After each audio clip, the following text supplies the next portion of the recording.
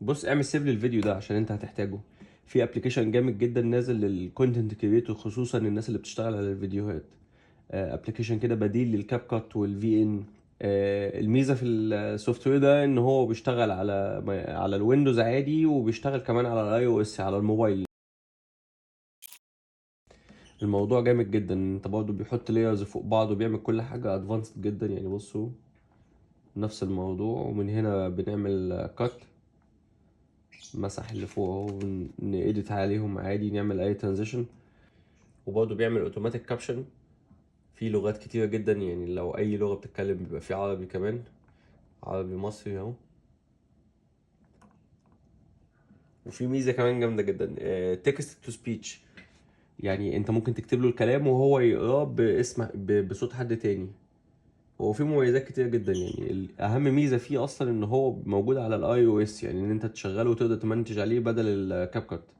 وفي طبعا بقى شويه كيتس جامده جدا، بس هو في نسختين بفلوس ونسخه مجانيه. انا شايف ان الدنيا ساتسفايد جدا لغايه النسخه المجانيه. من ضمن الحاجات الحلوه اللي في الابلكيشن كمان ان هو فيه تمبلتس. يعني انت مثلا ايا كان البلاتفورم او السوشيال ميديا اللي انت شغال عليها، يعني ايا كان ايه هي، زي كانفا كده لو في حد شغال على كانفا.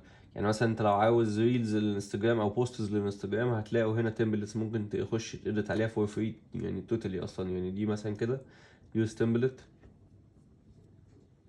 بيقدمه لك بصيغه الفيديو، وانت يعني بس كل اللي انت بتعمله ان انت تخش تعدل الكلام.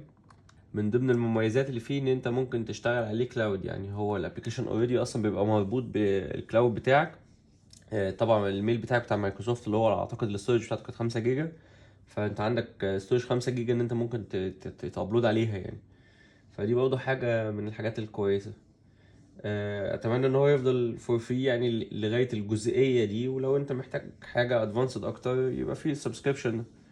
الابلكيشن ده اسمه مايكروسوفت كليب شامب، وهتلاقوه على الستور عادي بتاع مايكروسوفت. الابلكيشن بيقدم لك كل ده فور فري لغايه ان انت تعمل اكسبورت للفيديو فول اتش دي. ال 4K والحاجات دي بسبسكريبشن 280 جنيه في الشهر. هي دي النسخه الفري منه. الفلاتر والافكتات، في ستوكس فيديو، في تكست سبيتش، اوتو كابشن،